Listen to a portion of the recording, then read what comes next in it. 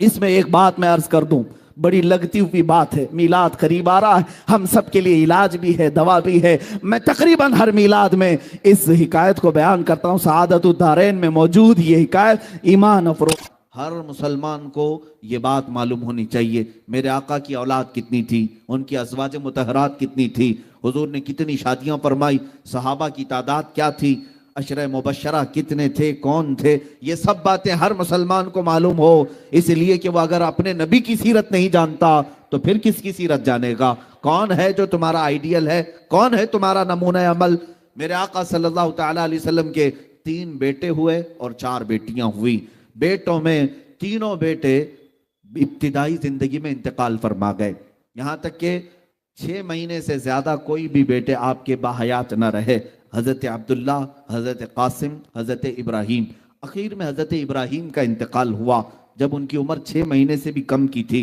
अब मेरे आका सल्लल्लाहु अलैहि वसल्लम के बेटों में कोई बाहयात ना रहे, बेटियां जिंदा रही। हजरत जैनब, हजरत रुकैया, हजरत उम्मे कुलसूम और सैयदा कायनात सैयदा फातिमतुज़ ज़हरा रज़वानुल्लाहि अलैहिन्ना अजमईन, ये चारों बेटियां बाहयात थी। अब सुनिए, जब हुजूर के 3 बेटों का इंतकाल हुआ, जाहिलाना रस्म रिवाज अगर हमारे यहाँ पनप रही है तो वो भी समझ लें। बाज लोग ये समझते हैं कि बेटा ना हो तो नस्ल कैसे चलेगी, बेटा ना हो तो विरासत कैसे तकसीम होगी, वारिस कौन बनेगा। ये जहालत की बातें छोड़ दो, यही मक्का के काफिरों ने बातें बनाई। और सबसे बड़ी बात, अबू लहब ने आकर के ये कहा कि मोहम्मद अक्ता है, अबतर है। अबतर का मतलब हुआ जिसकी नस्ल कट गई, जिसकी नस्ल खत्म हो गई। अबतर लफ्ज, अक्ता लफ्ज उसने कहा हुजूर अकरम सल्लल्लाहु तआला अलैहि वसल्लम को बुरा भला कहने के लिए, तौहीन रिसालत के लिए ये जुमला इस्तेमाल किया कि आप बेटे तो सब खत्म हो गए, अब कोई बेटा नहीं, नस्ल कहां से चलेगी, नस्ल कट गई है। रसूल पाक सल्लल्लाहु तआला अलैहि वसल्लम को जब कोई जालिम इस तरह की तानो तशनी करता है, अगर मेरे आका सल्लल्लाहु अलैहि वसल्लम कबीदा खातिर हुए तो रब्बे जुल जलाल ने आपको कभी भी मलूल नहीं छोड़ा, और ना ही रब्बे जुल जलाल ने आपको कबीदा खातिर और गमगीन छोड़ा, बल्कि आपके दिल की तसल्ली के लिए रब्बे जुल जलाल ने एक से एक इनामात की बारिशें फरमाई। अल्लाह ताला ने फौरन पूरी सूरह उतारी। ए महबूब सल्लल्लाहु तआला अलैहि वसल्लम, ये जालिम आपको कह रहे हैं नस्ल कटी है, आप अक्ता हैं, अबतर हैं। अल्लाह ताला ने फरमाया इन्ना आतैना कल कौसर फसल्ली लिरब्बिका वनहर इन्न शानिअका हुवल अबतर। ए महबूब, हमने तो आपको कौसर अता किया है, हमने आपको कौसर अता किया है।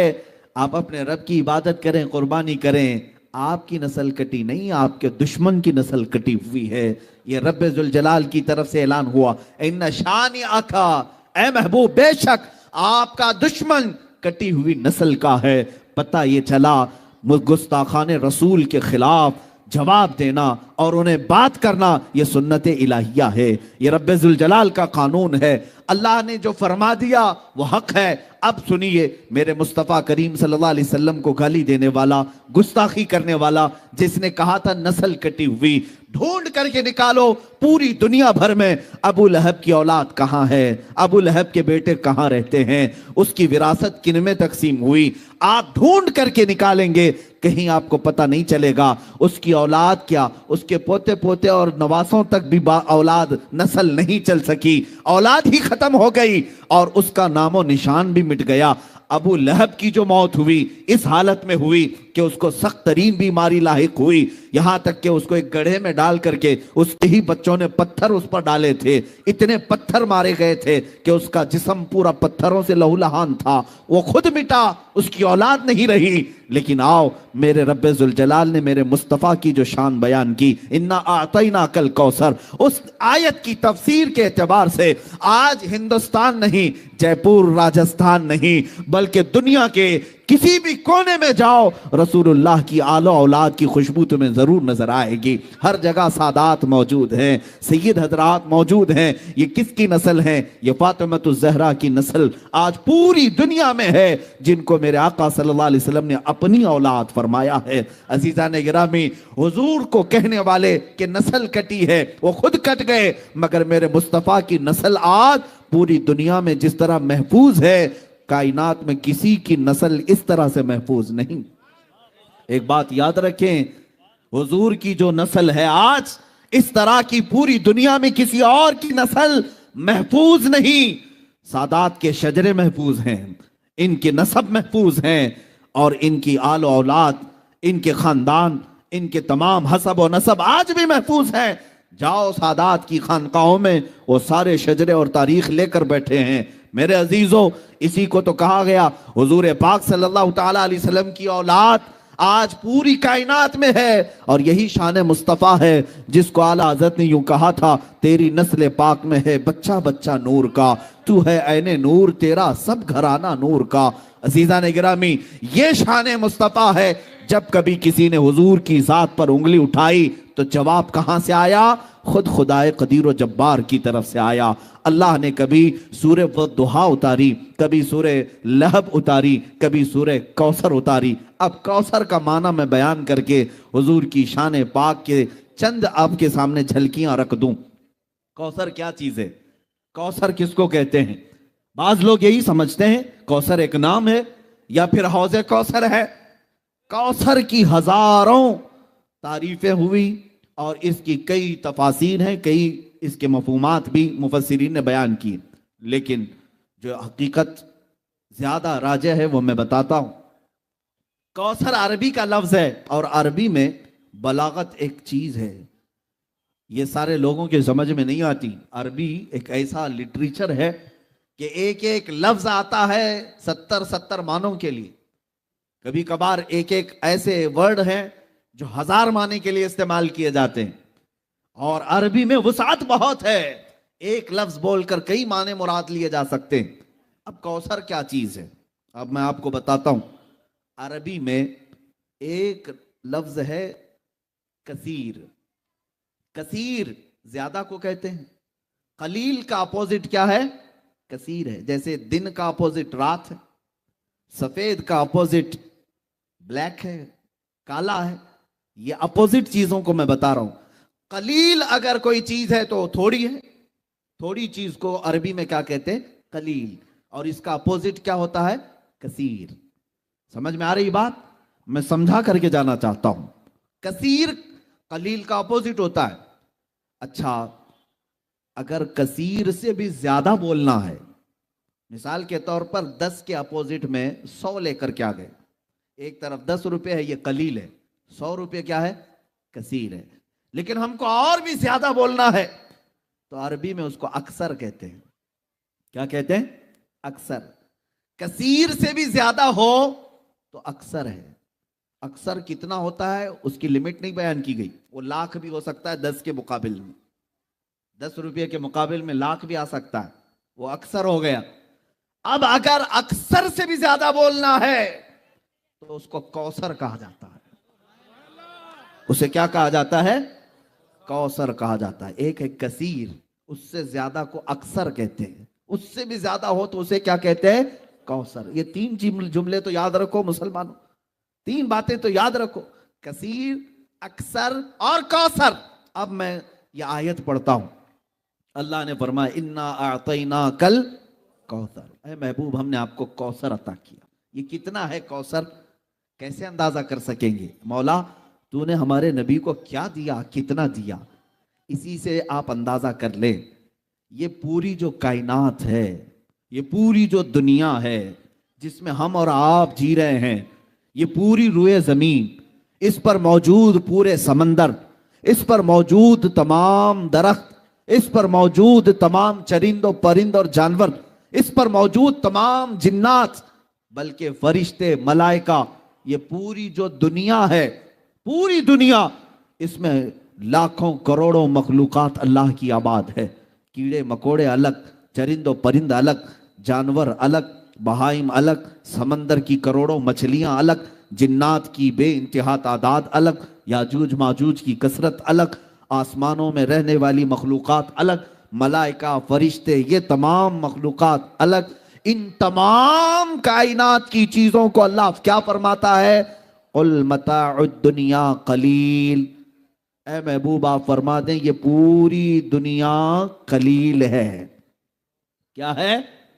पूरी दुनिया का सामान कलील है, इसमें करोड़ों इंसान भी आ गए, हम भी कलील हैं। पूरी रोए जमीन आ गई, ये भी कलील है। ये सारे आसमान आ गए, ये भी कलील है। ये सारी कायनात के हर जर्रे इसमें आ गए, ये कलील है। अब रब्बे जुल जलाल इरशाद फरमाता है ये पूरी कायनात कलील है। क्या है? कलील है। और इस कायनात से अगर कुछ ज्यादा होना चाहिए था तो वो कसीर है, और कसीर से भी ज्यादा चाहिए था तो अक्सर है, और अक्सर से भी ज्यादा चाहिए था तो वो कौसर है। ऐ महबूब, हमने आपको ये पूरी कायनात में मौजूद ये कलील नहीं दिया, इससे थोड़ा ज्यादा कसीर भी नहीं दिया, उससे ज्यादा अक्सर भी नहीं दिया। ऐ महबूब, हमने तो आपको कौसर दिया है, हमने आपको कौसर अता किया है। अजीजा ने गिरामे वकार, ये शान मुस्तफ़ा है। रसूल पाक सल्लल्लाहु तआला अलैहि वसल्लम को अल्लाह फरमा रहा हमने कौसर दिया है। इसीलिए शायर ने कहा था, हुस्न यूसुफ दमे ईसा यदे बैजादारी, आंच हमा खूबा दारंद तू तन्हादारी। ऐ रसूल पाक, आपको अल्लाह ने हुस्न यूसुफ भी दिया है, और हुस्न यूसुफ यदे बैजा, हजरत मूसा अलैहिस्सलाम का मौजज़ा यदे बैजा भी आपको दिया गया, और हजरत ईसा अलैहिस्सलाम की मसीहाई भी दी गई। और फिर आखिर में शायर कहता है वो तमाम खूबियां जो अंबिया रखते थे, या रसूल अल्लाह, वो तन्हा आपकी जात में अल्लाह ने अता की। और इसी को आला हज़रत फरमाते हैं, जात हुई इंतखाब वस्फ हुए लाजवाब, जात हुई इंतखाब वस्फ हुए लाजवाब, नाम हुआ मुस्तफ़ा तुम पे करोड़ों दुरूद।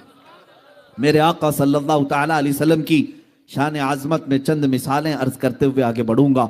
सैयदना आदम अलैहिस्सलाम को अल्लाह ताला ने सफ़ीउल्लाह का खिताब दिया, वह अल्लाह के सफ़ी हैं। आदम अला नबीना अलैहिस्सलातु तस्लीम कसरत बुका में मशहूर थे, यानी आप कसरत से रोया करते थे। काफ़ी सालों तक आपने गिरिया बाजारी की, और ये कसरत बुका मेरे आका सल्लल्लाहु अलैहि वसल्लम को भी अता की गई। हज़रत नूह अलैहिस्सलाम नजीयुल्लाह के खिताब से सरफराज हुए, और अल्लाह रब्बुल इज़्ज़त की बारगाह में नजाबत आपको दी गई, और मेरे आका सल्लल्लाहु अलैहि वसल्लम को रब्बे जुल जलाल ने नजी भी बनाया। हज़रत इब्राहीम अलैहिस्सलाम को अल्लाह ने खलील कहा, वो खलीलुल्लाह हैं, अल्लाह रब्बुल इज़्ज़त के खलील हैं। लेकिन मेरे अजीज़ों, अल्लाह ताला ने अपने हबीब मुस्तफ़ा करीम सल्लल्लाहु अलैहि वसल्लम को हबीबुल्लाह बनाया। जो उन नबियों को सिफ़ात दी गई, वो तमाम तर सिफ़ात मेरे आका सल्लल्लाहु अलैहि वसल्लम की ज़ात पाक में अता की गई। वो तमाम खूबियाँ जो अल्लाह ताला ने पिछले अंबिया को दी, वो हज़रत हुज़ूर अकरम सल्लल्लाहु अलैहि वसल्लम को अता की। अब चंद मिसालें मैं आपके सामने रख रहा हूँ। एक है मूसा अला नबीना अलैहिस्सलातु तस्लीम, इनके वाक़यात अक्सर सुनाए जाते हैं और सुनते भी हैं आप। सैयदना मूसा कलीमुल्लाह अलैहिस्सलातु तस्लीम की एक बात मैं अर्ज करता हूँ, आप कोहे तूर पर जाते हैं और अर्ज करते हैं, ए रब्बे जुल जलाल, मैं तेरा दीदार करना चाहता हूँ, मैं तुझे खुले आंखों देखना चाहता हूँ। कुरान पाक में है, रब्बी अरिनी, ए अल्लाह तू मुझे अपना दीदार करा दे। और अल्लाह की तरफ से जवाब आता है, लन तरानी, ए मूसा तू हरगिज मुझे नहीं देख सकेगा। बार बार मूसा अलैहिस्सलाम ने इसरार किया, तो रब ताला ने फिर किस अंदाज में बुलाया, फखलअना अलैक इन्नका बिल वादिल मुक़द्दस तुवा, ए मूसा अपनी चप्पलें उतार दें, अपने नालैन उतार दें और कोहे तूर पर आए। कोहे तूर मिस्र की वादी सीना में मौजूद एक पहाड़ी का नाम है। सैयदना मूसा अलैहिस्सलाम जब तूर पर चढ़ते हैं, वहां पर हुक्म क्या होता है, करीब मौजूद एक दूसरी पहाड़ी पर एक दरख्त है, उस दरख्त पर आप देखते रहें। हज़रत मूसा अलैहिस्सलाम उस दरख्त पर देखते रहे। रब ताला ने अपनी ज़ाते मुबारका की तजल्लियात में से सुई के नाके से भी कम हल्की तजल्ली उस दरख्त पर नाजिल फरमाई। और रिवायात ये बताती हैं, फलम्मा तजल्ला रब्बुहु, अल्लाह ताला ने जब उस पहाड़ पर अपनी तजल्ली का इजहार फरमाया, हज़रत मूसा अलैहिस्सलाम गश खा करके गिर गए। सैयदना मूसा अलैहिस्सलातु तस्लीम गश खा करके गिर गए और पूरा पहाड़ जल करके राख हुआ। आज भी वो पहाड़ जला हुआ मौजूद है, हमने देखा है। और उस दरख्त का साया हर पत्थर पर पड़ गया, पत्थर को 100 टुकड़े करें तब भी उस दरख्त का साया उस पत्थर पर आज भी नजर आता है। ये था सुई के नाके के बराबर हल्की तजल्ली जो रब्बे जुल जलाल ने कोहे तूर पर नाजिल फरमाई। एक तरफ मूसा अलैहिस्सलाम को बुलाया गया, आप नालैन उतार करके आए, और फिर बहुत हल्की तजल्ली दिखाई गई। इतना ही देखा, और हजरत मूसा अलैहिस्सलाम खुले आंखों से नहीं देखे, अभी पलक झपकते हुए ही आपने देखा था, और हालत ये हो गई। अब सुनिए, वापस मूसा अलैहिस्सलातु तस्लीम रूए जमीन पर तशरीफ लाते हैं। जब आप अपनी कौम के पास आते हैं, फरमाया गया अगर कोई आंखों में आंखें डालकर मूसा अलैहिस्सलाम को देख लेता तो उसकी आंखें चली जाती थी। आंखों में इतना नूर था, इतना जलाल था। और फरमाते हैं मूसा अलैहिस्सलाम की निगाहों की तासीर और दूरबीनी का आलम यह था कि निहायत ही सख्त तरीन रात, काले अंधेरे के अंदर हजरत मूसा अलैहिस्सलाम 3 मील दूर, यानी तकरीबन 4.5 किलोमीटर दूर, अगर रात के वक्त किसी काले पत्थर पर काली चींटी रेंग रही हो, मूसा अलैहिस्सलाम उसे आसानी से देख लिया करते थे। सैयदना मूसा अलैहिस्सलाम 3 मील दूर रात के वक्त पत्थर पर रेंगने वाली काली चींटी को देख लिया करते थे। ये किस बात का कमाल था? कोहे तूर पर जो हल्की सी तजल्ली आपने देखी थी, ये शान मूसा है। अब आओ 26 रजब की वो तारीख याद करो जब शबे मेराज होती है। मेरे आका सल्लल्लाहु ताला अलैहि वसल्लम को आसमानों पर बुलाया जाता है। किस शान से? जिब्राइल को उतारा गया और हुक्म दिया गया, ऐ जिब्राइल जाओ अपनी पेशानी को मुस्तफ़ा के तलवों से लगाओ। और उनकी पेशानी की ठंडक पाकर मेरे आका सल्लल्लाहु अलैहि वसल्लम बेदार हुए, और फिर कहा गया या रसूल अल्लाह, आसमानों पर आपको बुलाया जा रहा है और रब्बे जुल जलाल आपको अपने कुर्ब की मंजिलें अता करता है। हजरत जिब्राइल के साथ मेरे मुस्तफ़ा की शान से गए, इस तरह से नहीं कि आपको चप्पल उतारने का हुक्म आया हो, आपसे कहा गया हो कि नालैन उतारें, बल्कि यूं हुक्म हुआ कि आपके लिए बुराक सवारी भी भेजी गई और फिर उस पर बिठाया भी गया, और मुस्तफ़ा करीम सल्लल्लाहु अलैहि वसल्लम को हरम काबा में पहले ले जाया गया, जमजम से आपके सीने मुबारका को धोया गया, उसके बाद बैतुल मुक़द्दस की सरजमीन पर लाया गया। मेरे आका सल्लल्लाहु अलैहि वसल्लम वहां मौजूद थे। तो जिस वक्त मेरे आका तशरीफ लाए, 1,24,000 कम व बेश अंबिया वहां सफों में मौजूद थे। सबने मेरे आका का इस्तकबाल किया। रसूल पाक सल्लल्लाहु ताला अलैहि वसल्लम सीधे मुसल्ला इमामत पर तशरीफ ले गए और अंबिया इकराम को नमाज पढ़ाई, इमामत फरमाई। वो जो नमाज थी वो अल्लाह बेहतर जाने। मेरे अजीजों, नमाज के बाद हर नबी ने आपकी शान में कसीदा पढ़ा, मेरे आका की तारीफ बयान की, और यहाँ होने के बाद आसमानों का सफर किया, 7वां आसमान देखे, सिदरतुल मुंतहा पहुंचे, अर्शो कुर्सी लौह कलम जन्नत और दोज़ख सबके नजारे किए। और उसके बाद वो मकाम भी आया जहां जिब्राइल भी आगे जाने से मना करने लगे, अब मेरा मकाम नहीं है, आप जाएं मेरे मुस्तफ़ा। मेरे आका सल्लल्लाहु अलैहि वसल्लम ला मकान का भी सफर तय करते हुए रब्बे जुल जलाल की बारगाह में इतना करीब हुए कि कुरान कहता है फकान क़ाब क़ौसैन औ अदना, 2 तीरों से भी कम का फासला रह गया था, 2 हाथ से भी कम का फासला रह गया था रब्बे जुल जलाल की बारगाह में। मेरे आका सल्लल्लाहु अलैहि वसल्लम जब तशरीफ ले गए, पूछो रसूल पाक ने किस शान से देखा? अपने माथे की आंखों से रसूल पाक को रसूल पाक सल्लल्लाहु अलैहि वसल्लम ने नारे तकबीर, मेरे आका सल्लल्लाहु ताला अलैहि वसल्लम ने रब्बे जुल जलाल की बारगाह को हाजिरी दी और ज़ात इलाही को देखा। इस अंदाज से देखा कि कुरान कहता मा ज़ागल बसर व मा तगा, ना आपकी पलक झपकी, ना आपने आंख बंद किया, बल्कि ज़ात इलाही को पूरे माथे की आंखों से भी देखा, और जितना देखा वो अल्लाह बेहतर जाने, मेरे मुस्तफ़ा जाने। वापस जब तशरीफ लाए, एक बार नहीं 9 मरतबा मूसा अलैहिस्सलाम ने वापस भेजा था। आपको वाक़या मालूम है, मैं तफसील में नहीं जा रहा मेराज के वाक़े में। जब मेरे आका सल्लल्लाहु ताला अलैहि वसल्लम रब्बे जुल जलाल जलाल की बारगाह से वापस आए। ऐ मुसलमानों, अब मैं तुम्हें पूछना चाहता हूं, वो मूसा अलैहिस्सलाम जो कोहे तूर पर एक हल्की तजल्ली रब्बे जुल जलाल की देखी जो सुई के नाके से भी कम थी, और उतना देखने के बाद मूसा अलैहिस्सलाम की आंखों का हाल यह था कि वो 3 मील दूर रात के वक्त किसी पत्थर पर रेंगने वाली चूंटी को देख लिया करते थे। अब मुझे बताओ, निगाहे मुस्तफा का हाल क्या होगा, जिन्होंने तजल्ली नहीं, कोई सर्रा नहीं, बल्कि पूरे ज़ाते खुदाबंदी को देखा, और अल्लाह रब्बुल इज्जत की जात को देख करके वापस जब मेरे आका तशरीफ लाए, अब मुझे बताओ निगाहे मुस्तफा का हाल क्या होगा। क्या कोई जर्रा छुपा होगा मेरे मुस्तफा की निगाहों से? क्या कोई तिनका छुपा होगा मेरे आका की निगाहों से? उन्हीं निगाहों के बारे में इमाम अहले सुन्नत फाजिल बरेलवी ने यूं कहा था, और कोई गैब क्या तुमसे निहा हो भला, और कोई गैब क्या तुमसे छुपा हो भला, जब न खुदा ही छुपा तुम पे करोड़ों दुरूद। जिस तरफ उठ गई दम में दम आ गया, जिस तरफ उठ गई दम में दम आ गया, उस निगाहे इनायत पे लाखों सलाम। नारे या रसूल अल्लाह, नारे तकबीर। शान मुस्तफ़ा रसूल पाक सल्लल्लाहु तआला अलैहि वसल्लम तशरीफ ले गए और वापस भी आए।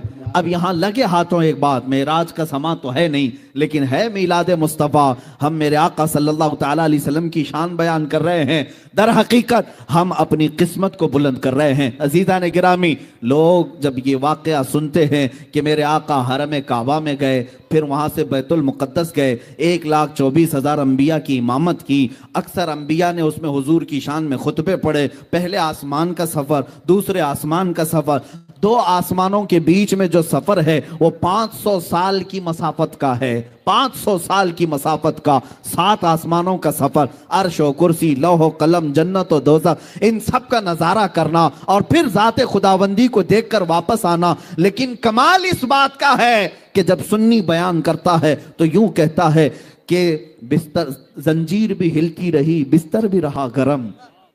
यही तो हम कहते हैं ना, जंजीर भी हिलती रही, बिस्तर भी रहा गर्म, ता अर्श गए फिर आए मोहम्मद सल्लल्लाहु अलैहि वसल्लम। हुजूर पाक गए भी आए भी, लेकिन वक्त कितना लगा, 1 मिनट का भी वक्त नहीं था। अब जो फलसफी है, जो अकल के घोड़े दौड़ाता है, वो कहता मियाँ ये तो आप फेंकम फाक कर रहे होंगे, ऐसी ही बातें उड़ा रहे होंगे, ऐसा कैसे मुमकिन हो सकता है कि इतने छोटे वक्त में इतना लंबा सफर कैसे कर सकते हैं? मेरे अजीजों, पहले तो मैं इनको अकली जवाब ये दूंगा, आज से 100 साल पहले, 200 साल पहले भी अगर कोई ये कहता कि मैं मुंबई से जयपुर 2 घंटे में आ गया, तब भी लोग उसको बेवकूफ कहते थे, पागल कहते थे, क्योंकि प्लेन नहीं थे, हवाई जहाज का वजूद नहीं था। लेकिन आज अगर कह देंगे तो मान लिया जाता है। मेरे अजीजों, 1400 साल पहले जो मेरे मुस्तफ़ा का सफर हुआ है, वो आज तक के लोगों के अकल में आने वाली बात नहीं है, क्योंकि वो सफर दर हकीकत मौजज़ा है और नूर नूर से मिलने जा रहा है। तो यहां मसाफत किस बात की? मेरे अजीजों, अब मैं जो बात अर्ज करने जा रहा हूं, तवज्जो से सुने कि कैसे हुजूर गए भी आए भी और कायनात का वक्त इतना ही रहा। कायनात में इतना ही वक्त था, 1 मिनट का भी वक्त नहीं लगा। बिस्तर भी गर्म था, दरवाजे की जंजीर भी हिल रही थी, जिससे आप वजू फरमा कर गए थे उससे कतरे भी अभी टपक रहे थे। इतने शॉर्ट पीरियड में इतना लंबा सफर कैसे मुमकिन? किसी दानिश्वर ने बड़े अच्छे अंदाज में एक मिसाल से समझाया था, आपको मैं भी बता देता हूं। अगर आपके हाथ में कोई वॉल क्लॉक हो, घड़ी हो, आप देखें घड़ी 2 सुइयों से चलती रहती है, कभी उसमें 1 बजे, कभी 2 बजे, कभी 3 बजे। आप एक काम करना, जब घड़ी में 12 बज जाएं तो उसको उठा लेना दीवार से और उसके पीछे से उसके सेल निकाल दें, उसकी बैटरी निकाल दें, थोड़ी देर के लिए अपने पास रखें। घंटा भर, 2 घंटे भर, 3 घंटे भर, 4 घंटे भर, 6 घंटे तक आप उस सेल को, बैटरी को अपने पास रखना। 6 घंटे के बाद उस घड़ी में वापस सेल डाल दीजिए, वापस बैटरी लगा दीजिए। मैं आपसे पूछता हूं, 12 बजे थे जब घड़ी में, तब आपने सेल निकाल लिया था, बैटरी निकाल लिया था। अब जब 6 घंटे के बाद बैटरी दोबारा डालेंगे, मुझे बताओ शाम के 6 बजे से घड़ी चलेगी या 12 बजे से चलेगी?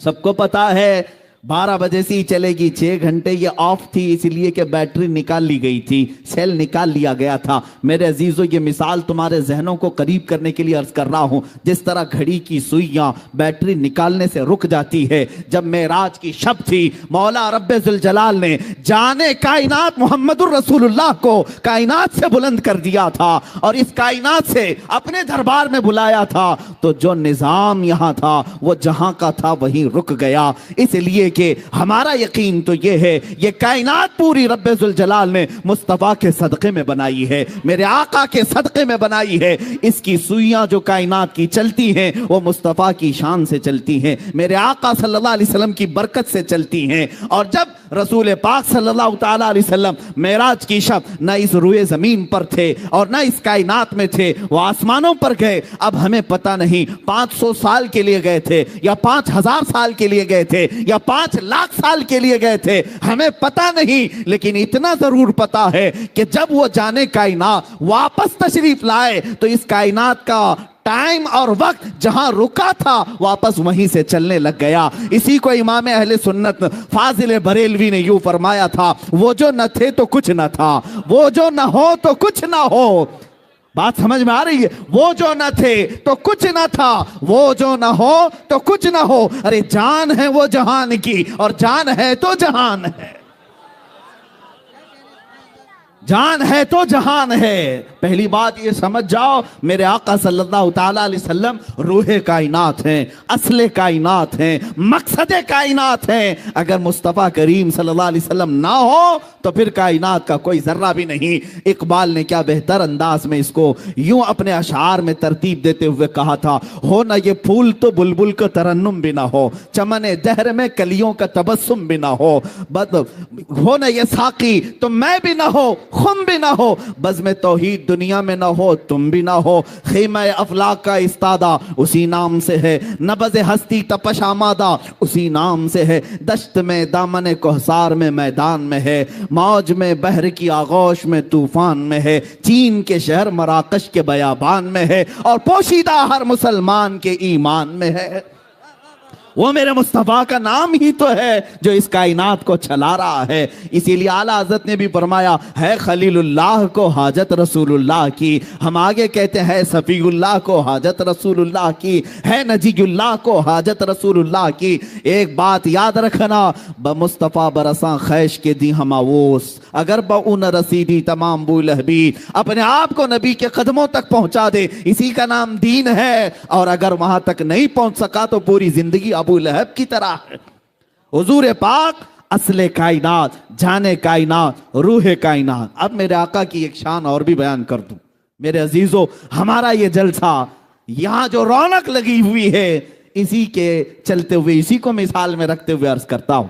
आप महसूस करते हैं कि यहां पर दुनिया का एक दस्तूर है। ये स्टेज आपने सजाया, सुबह से हो सकता है सजा रहे होंगे, वॉलेंटियर यहां पर तरतीब दे रहे होंगे, यहां पर बहुत सारे कारकुनान मेहनत कर रहे होंगे, फूल लगाए, स्टेज सजाए। और किसके लिए सजाए? एक मुकर्रिर आएगा, एक खतीब आएगा, ये उलमा आएंगे। इसीलिए चले मैं दूसरी मिसाल देता हूं। आपके यहाँ शादियां होती हैं, शादी में भी मंडप सजाया जाता है या हॉल में होती है आपके यहाँ, हॉल में बहुत सारी चीजें सजाई जाती हैं, कुर्सी रखी गई, फूल लगाए गए, हर तरह से ज़ेबो ज़ीनत किया। किसके लिए? मियाँ दूल्हे के लिए ना। बाराती पहले आ जाते हैं कुछ इस्तकबाल करने के लिए, फिर दूल्हा आता है, कुर्सी पर बैठता है, निकाह हो गया और खाना खा लिया लोगों ने, और उसके बाद रुखसती हो गई। दूल्हा अगर चला गया तो मुझे अब जो बात कहनी है वो ये है, ए मुसलमानों सच बताओ, दूल्हा चला जाए महफिल से तो क्या वो सजावट वैसी रहेगी? क्या वो हाल में ज़ेबो ज़ीनत वैसी रहेगी? सब निकाल दिया जाए। अरे शाम होने से पहले पहले हाल बेहाल भी होता है, बहुत सारी जगहों से सारी ज़ीनत और सारी ज़ेबो आराइश ख़त्म कर दी जाती। उनसे पूछे मियाँ क्यों नहीं रखते? कहा अब दूल्हा गया तो फिर अब ये सब चीज़ों की क्या ज़रूरत? ये दूल्हे के लिए सजाई गई थी। दूल्हा आया, निकाह भी हुआ और चला गया, अब हम ये सारी लाइटिंग निकाल देते हैं, फूल निकाल देते हैं, कुर्सी हटा देते हैं। ये दुनिया का दस्तूर है।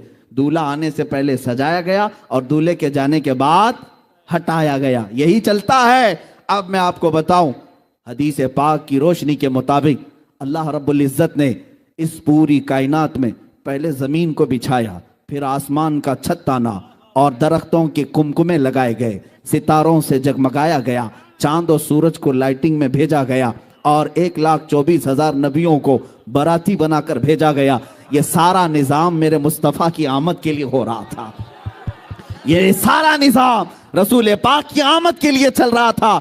इसीलिए तो हज़रत इदरीस भी कहते हैं मैं असल नहीं, मेरे बाद एक नबी आने वाले। मूसा भी कहते हैं मैं असल नहीं, मेरे बाद एक नबी आने वाले। ईसा भी कहते हैं मैं असल नहीं, मेरे बाद नबी आने वाले हैं। सारे लोगों ने कहा कि मुस्तफ़ा आने वाले हैं। वो सब बराती के तौर पर हुजूर पाक की आमद का इंतज़ार करते हुए अंबिया आए। मेरे अजीज़ों, ये ज़मीन का फर्श और बिछोना, या आसमान का छत और ये दरख्तों के कुमकुमे, ये समंदरों का लहलहाना, ये खूबसूरतियाँ, तारों का जगमगाना, चांद और सूरज का झिलमिलाना, ये सारी चीज़ें मेरे मुस्तफ़ा की आमद के लिए थी। अब बात मैं आपको बता रहा हूँ, रब्बे जुल जलाल ने फरमाया लौलाका लमा खलक़तु दुनिया वल अफ़लाका वल अर्दी। ऐ महबूब, अगर आपको पैदा करना ना होता, न मैं आसमानों को बनाता, न ज़मीनों को बनाता और ना ही दुनिया को बनाता। ये सब चीजें ए रसूल आपके लिए बनाई गई। अब हम समझते हैं मेरे मुस्तफ़ा के लिए बनाई गई। जमीन बिछाई गई, आसमान का छत ताना गया,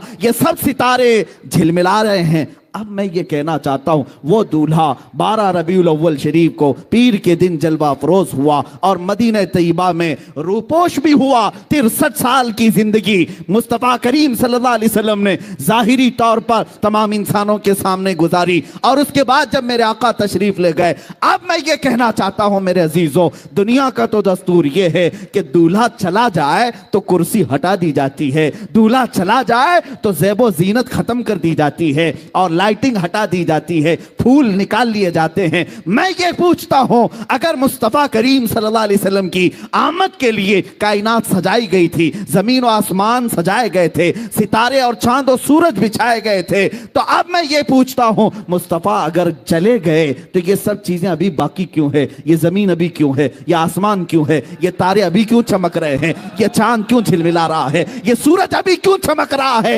ये सारी चीजें ऐ मुसलमानों, इन अशिया से अगर तुम पूछोगे तो ये बबांगे दुहल कहेंगे, सूरज भी कहेगा, चांद भी कहेगा, तारे भी कहेंगे, जमीन और आसमान भी कहेंगे। ऐ अकल के अंधे, जरा आंख खोल और देख, दूल्हा गया नहीं, रूपोश हुआ है, सल्तनत उसकी महशर तक कायम है। वो दूल्हा सिर्फ रूपोश हुआ है। यही तो सुन्नियों का अकीदा है। तू जिंदा है वल्लाह, तू जिंदा है वल्लाह, मेरी चश्मे आलम से छुप जाने वाले, चमक तुझसे पाते हैं सब पाने वाले, या रसूल अल्लाह मेरा दिल भी चमका दे चमकाने वाले। अज़ीज़ान गिरामी, ये है शान मुस्तफ़ा। आप, ये हमारा मुस्कुराना, ये हमारा चहचहाना, ये सब मुस्तफ़ा की बदौलत है, उन्हीं की बरकत है। ये ज़मीन जो बाकी है मेरे मुस्तफ़ा के नाम से बाकी है। और दूसरी बात ये भी मैं बता दूं, बाज़ लोगों को दलील के तौर पर नहीं बल्कि उनको समझाने के लिए, बादशाह हुजूर सल्लल्लाहु ताला अलैहि वसल्लम को हम बादशाह आज़म कहते हैं। आज भी अगर हमारे दिलों पर किसी की हुकूमत है तो वो सिर्फ सल्तनत मुस्तफ़ा है। मेरे आका सल्लल्लाहु ताला अलैहि वसल्लम को, हाँ एक बात ये भी, किसी ने, हुजूर मुफ्ती आज़म हिंद रदी अल्लाह ताला अन्हु मिंबर पर बैठे हुए थे, तकरीर के दौरान कहा कि मौजूदा सरकार ऐसी है, मौजूदा सरकार, गवर्नमेंट को सरकार कहते हैं, आपने बरजस्ता कहा सरकार का लफ्ज इस्तेमाल ना करें, यह गवर्नमेंट हो सकती है, सरकार सिर्फ मदीने वाले ताजदार का नाम है। मेरे आका सल्लल्लाहु ताला अलैहि वसल्लम को हम सरकार का लफ्ज इस्तेमाल करते हैं। अजीज़ान गिरामी, जुमले बदलो, और आज भी अगर हुकूमत हमारे सीनों पर किसी की है, वो मेरे मुस्तफ़ा करीम सल्लल्लाहु अलैहि वसल्लम की। देखिए आप, 14 सदियां बीत गई, हमने हुजूर पाक सल्लल्लाहु ताला अलैहि वसल्लम का जमाना नहीं पाया और ना ही उनके जमाने में उनके दीदार से मुशर्रफ हुए, लेकिन 14 सदियां गुजरने के बाद भी आज भी बिहम्दिल्लाह हमारे घर के हर बच्चे में यह जज्बा मौजूद है। नाम लेकर के तो देखो बच्चा गर्दन देने को तैयार है। ये मोहब्बत, ये इताअत किसके साथ हो सकती है? बादशाह के साथ हो सकती है, और वो भी ऐसा बादशाह जो सिर्फ सरों पर हुकूमत नहीं करता, दिलों पर हुकूमत करता है। और आला हज़रत ने यही तो कहा था, हुस्न यूसुफ पे कटी मिस्र में अंगुश्त ज़ना, हुस्न यूसुफ पे कटी मिस्र में अंगुश्ते जना, सर कटाते हैं तेरे नाम पे मर्दाने अरब। और अदीब लायलपुरी कहता है, शायर हैं, यूं कहते हैं, एक शहंशाह ने बख्शे हैं समरकंद बुखारा किसी महबूब के रुखसार के दिल पर। एक बादशाह अपनी महबूबा के रुखसार पर तिल, उस पर समरकंद और बुखारा 2 शहर उसने बख्श दिए, इनाम में दे दिए। अब वो शायर कहता है, एक शहंशाह ने बख्शे हैं समरकंद बुखारा किसी महबूब के रुखसार के तिल पर, मगर ऐ सैयद आली तेरी नामूस तेरी अजमत पर एक नहीं लाखों हैं कुर्बान गए इश्क के हर कूच वो बाजार में, सर अपना हथेली पे लिए करने को है तैयार, सर अपना हथेली पर लिए हैं करने को निसार। अजीजान गिरामी, ये मेरे मुस्तफ़ा की शान है। अगर बादशाहत हो तो ऐसी हो कि रूह पर भी हो, कल्ब पर भी हो। आज मैं शान मुस्तफ़ा के सिलसिले में ये भी बात अर्ज करूं, दुनिया का एक कानून ये भी हमने देखा, आपका शहर तो हेरिटेज कहलाता है, बादशाहों का, राजे महाराजाओं का शहर है, और हो सकता है तारीख में तो पढ़ा होगा, आप तो नहीं देखा हो, बादशाह की कुर्सी लगती है और अगल बगल में वजीर भी होते हैं। वजीरों का भी दरबार हुआ करता है, और जब बादशाह उठ जाता है तो वजीर नहीं बैठते, वजीर भी उठ जाते हैं। ये बेअदबी समझी जाती। बादशाह जब कुर्सी पर है तो उसके पहलू में वजीर होते हैं, और जब तक वजीर बैठे हैं, ये बादशाहों का निजाम होता था कि जब तक वजीर पहलू में बैठे हैं, इस बात की दलील होती कि इसकी बादशाहत कायम है। कोई भी रियाया आए और सवाल करे, और अगर वजीर चले गए तो यह कहा जाता कि नहीं, अब बादशाह छुट्टी पर जा रहे हैं, सल्तनत उठाई जा रही है, कामों काज खत्म किए जा रहे हैं। क्योंकि वजीर जो होते हैं वो इस बात की अलामत होते हैं कि रियाया अपनी हाजतें बयान करने के लिए आ सकती है, सल्तनत का दरवाजा खुला है, इस बात की अलामत होती जब भी वजीर बैठा करते। ये दस्तूर हुआ करता। अब आओ मैं बताऊं, रसूल पाक सल्लल्लाहु अलैहि वसल्लम ने अपनी जिंदगी पाक में इरशाद फरमाया, अल्लाह रब्बुल इज्जत ने मुझे 4 वजीर अता किए। कितने? 4 वजीर अता किए, 2 आसमान में और 2 जमीन में। आसमान के मेरे वजीर जिब्राइल और मीकाइल हैं, और जमीन पर मेरे 2 वजीर अबू बकर और उमर हैं। आप सारी हदीसें पढ़ना, हदीस के रावी यही कहते हैं, मुस्तफ़ा आए, अबू बकर और उमर साथ में आए। हुजूर पाक सल्लल्लाहु अलैहि वसल्लम मुस्कुराए, अबू बकर उमर पहलू में थे। यही हदीसों में अक्सर आपको मिलेगा। कोई महफिल ऐसी नहीं मिलती जहां हजरत अबू बकर और हजरत उमर ना हो। हुजूर पाक सल्लल्लाहु अलैहि वसल्लम के साथ हर महफिल में हाजिर बाश। मेरे अजीजों, ये हम सुन्नियों का अकीदा भी है, और हमारा ये विजदान कहता है वो रसूल पाक सल्लल्लाहु ताला अलैहि वसल्लम शहंशाह कौनैन है, बादशाह आजम है। जब मदीने की धरती पर थे तो अबू बकर व उमर रदी अल्लाह अन्हुमा वजीर की तरह आपके साथ साथ रहते। लेकिन जब मेरे मुस्तफ़ा करीम सल्लल्लाहु अलैहि वसल्लम इस दारे फानी से कूच फरमा गए, रहलत फरमाए, और वो बुक़ाए नूर जिसमें मेरे आका आज आराम फरमा है, रोज़ा रसूल गुंबद खजरा के नीचे जहां मेरे आका आराम फरमा है, मेरे आका के विसाल के बाद तरतीब तो देखें, हुजूर के पहलू में पहली मर्तबा, हुजूर के बाद अगर कोई दफन होता है तो अबू बकर सिद्दीक दफन होते हैं। चंद सालों के बाद दूसरा अगर कोई दफन होता है तो हजरत उमर दफन होते हैं, और कोई नहीं दफन हुआ। हुजूर की ज़ौजा हजरत आयशा कहती है, मैं दफन होना चाहती थी, ये जगह मैंने अपने लिए रखी थी, लेकिन अल्लाह की मर्जी ये थी कि हजरत उमर ही वहां दफन हो, और उसके बाद वो दीवार बंद कर दी गई। अब उस हुजरा पाक में मेरे आका आराम फरमा है, और पहलू में अबू बकर व उमर आराम फरमा है। अब मैं कहना यह चाहता हूं, दुनिया का दस्तूर यह कहता है बादशाह के अगल बगल वजीर हैं, तो ये इस बात की अलामत होती है कि सल्तनत कायम है और रियाया अपनी हाजतें लेकर आ सकती है। मेरे मुस्तफा का दरबार मदीने में आज भी इस बात की अलामत बना हुआ है। ऐ सुन्नियों, ऐ मुसलमानों, आओ हाजतें लेकर, इसलिए कि बादशाह अब भी कुर्सी शहंशाहत पर बैठा है, और बगल में अबू बकर व उमर वजीर बन करके आज भी तशरीफ फरमा है।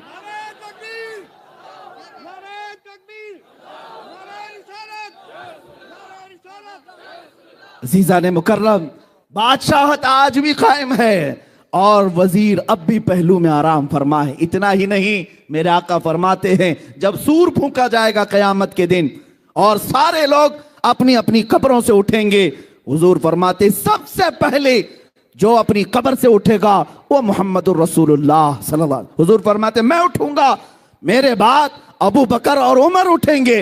और फिर हुजूर सल्लल्लाहु अलैहि वसल्लम महशर का मैदान भी किस शान से बयान करते हैं। इरशाद फरमाते हैं मैदान महशर कायम होगा, मैं इस हालत में आऊंगा कि मेरा एक हाथ अबू बकर के कंधे पर होगा, दूसरा हाथ उमर के कंधे पर होगा।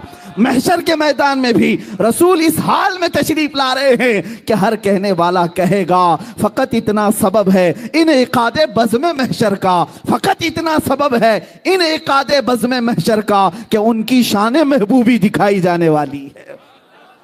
क़यामत के दिन भी ये बताया जाएगा कि आज शान है अगर किसी की तो सिर्फ शान मुस्तफ़ा है, मेरे मुस्तफ़ा सल्लल्लाहु अलैहि वसल्लम की शान है। अज़ीज़ान गिरामी वक़ार, रसूल पाक सल्लल्लाहु ताला अलैहि वसल्लम की शान पाक के सिलसिले में मैंने सैयदना मूसा कलीमुल्लाह अलैहिस्सलाम की हयात से एक चीज़ ली थी। दूसरी एक बात मैं आपको बता दूं, रहम व करम में बेमिसाल नबी, सजूद व सखा में बेमिसाल नबी। एक बार हज़रत मूसा अलैहिस्सलाम के साथ ये वाक़या पेश आया कि क़ारून जो बहुत ख़जानों का मालिक था, बड़े पैसे वाला था, मूसा अलैहिस्सलाम ने कहा ज़कात दे देना। ज़कात उनके ज़माने में उनकी उम्मत पर जो ज़कात फ़र्ज थी वो 1/4 यानी 25% देना पड़ता। अब क़ारून के खजाने बहुत थे, 70 ऊंटों पर तो सिर्फ खजानों की चाबियां रखी जाती थी, इतना मालदार था। उसने कहा मेरे लिए रियायत कर दी जाए। आपने अल्लाह की बारगाह में सिफारिश की और रियायत यूं कराई कि 1000 में 1 रुपये दे दे। इतनी आसानी कर दी गई। उस हिसाब से भी जब उसने कैलकुलेट किया तो कई खजाने सिर्फ ज़कात में जा रहे थे, देने का इरादा नहीं हुआ। माल बड़ी खतरनाक चीज है, कभी किसी के यहां आ जाए तो कभी दीन और ईमान भी ले जाती है, अखलाक और किरदार भी ले जाती है। लेकिन दुआ ये करना माल आए तो उस्मान गनी का माल आए, अबू बकर सिद्दीक का माल आए, फिर करोड़पति भी बनो, कुछ फर्क नहीं पड़ता। हाँ, अल्लाह और रसूल से गाफिल करने वाला माल नहीं आना चाहिए। हजरत मूसा अलैहिस्सलाम के साथ उसने क्या किया, क़ारून ने एक औरत को पैसा दे करके जिन्ना का इल्जाम लगाने के लिए महफिल में हाजिर किया और कहा कि जब मैं इशारा करूं तो कह देना मेरे पेट में मूसा का बच्चा पल रहा है। नबी पाक पर तौहीन, इल्जाम, बहतान। औरत बारगाह में हाजिर हुई, सब मजमे में क़ारून खड़ा हुआ और पूछा जिना की क्या सजा है मेरा। मूसा अलैहिस्सलाम ने यूं कहा कि उसको पत्थर मार करके हिलाक कर दिया जाएगा। उसने कहा अगर आप करें तो माज़अल्लाह। मूसा अलैहिस्सलाम जलाल में आ गए। अल्लाह के नबी, कोई छोटा ऐब भी नबियों पर नहीं आ सकता, जिना बहुत दूर की चीज है। उसने इशारा किया औरत को कि खड़ी हो जा, बता तेरे पेट में किसका बच्चा है। वो खड़ी तो हुई लेकिन बोल ना सकी, थर थर कांपती रही। और उसके बाद कहा मुझे क़ारून ने पैसे दिए हैं मूसा अलैहिस्सलाम पर इल्जाम लगाने के लिए। जब ये बात सुनी मूसा अलैहिस्सलाम को इतना जलाल आया, आपने जमीन को हुक्म दिया ऐ जमीन फट जा और इसे निगल जा। जमीन फट गई, क़ारून जमीन के अंदर धंसता रहा। धीरे धीरे उसके पैर घुस गए, कमर तक आ गई। उस वक्त उसने कहा मूसा तुम मुझे जमीन में धंसा कर मेरे खजानों पर कब्जा करना चाहते हो। मूसा अलैहिस्सलाम ने रुकवा दिया, फिर हुक्म दिया है जमीन इसके सारे खजानों को निगल जा। जमीन फट गई, सारे खजाने तहस नहस हो गए।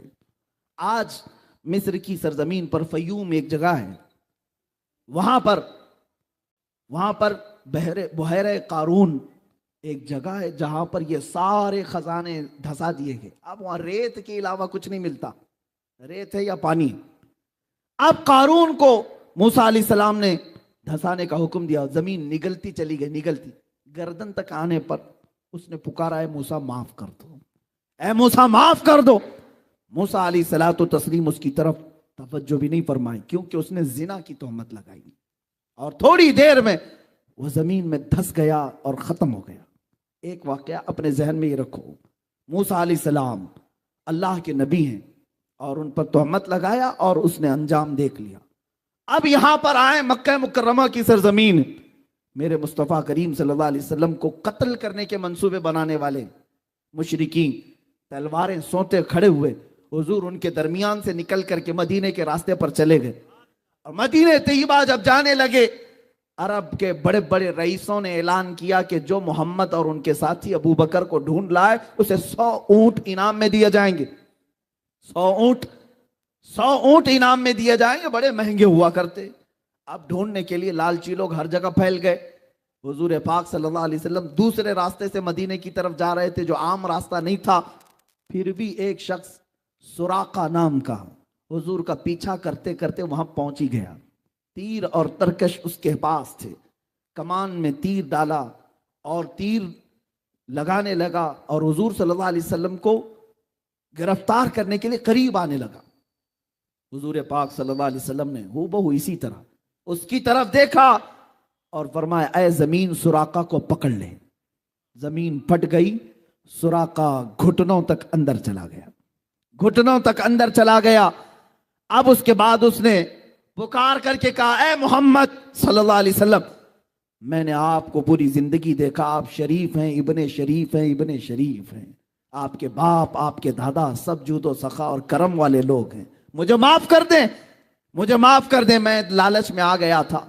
हुजूर पाक सल्लल्लाहु अलैहि वसल्लम ने उसको धसाया नहीं, जमीन से कहा, है जमीन सुराका को छोड़ दे। जो जान लेने आया, हुजूर ने क्या फरमाया, सुराका को छोड़ दे। जमीन हट गई और सुराका के पैर निकल आए। वो जब निकल आए, बाहर चलने लगा। मेरे आका अपना सफर तय कर रहे थे। थोड़ी देर के बाद सुराका की नीयत फिर खराब हुई, दोबारा फिर हुजूर का पीछा किया। हुजूर का पीछा करते हुए करीब आया। हजरत अबू बकर ने अर्ज किया, या रसूल अल्लाह, ये फिर आ गया।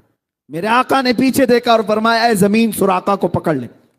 दोबारा जमीन फट गई, अब कमर तक धंस गया, कमर तक धंस गया। और उसके बाद फिर चिल्लाने लगा, रोने लगा, ऐ मोहम्मद, आप करीम इब्ने करीम हैं, सखी इब्ने सखी हैं, आप शरीफ नफ्स हैं, आपसे कभी किसी ने बुराई नहीं देखी, मुझे माफ कर दे, मुझे माफ कर दे।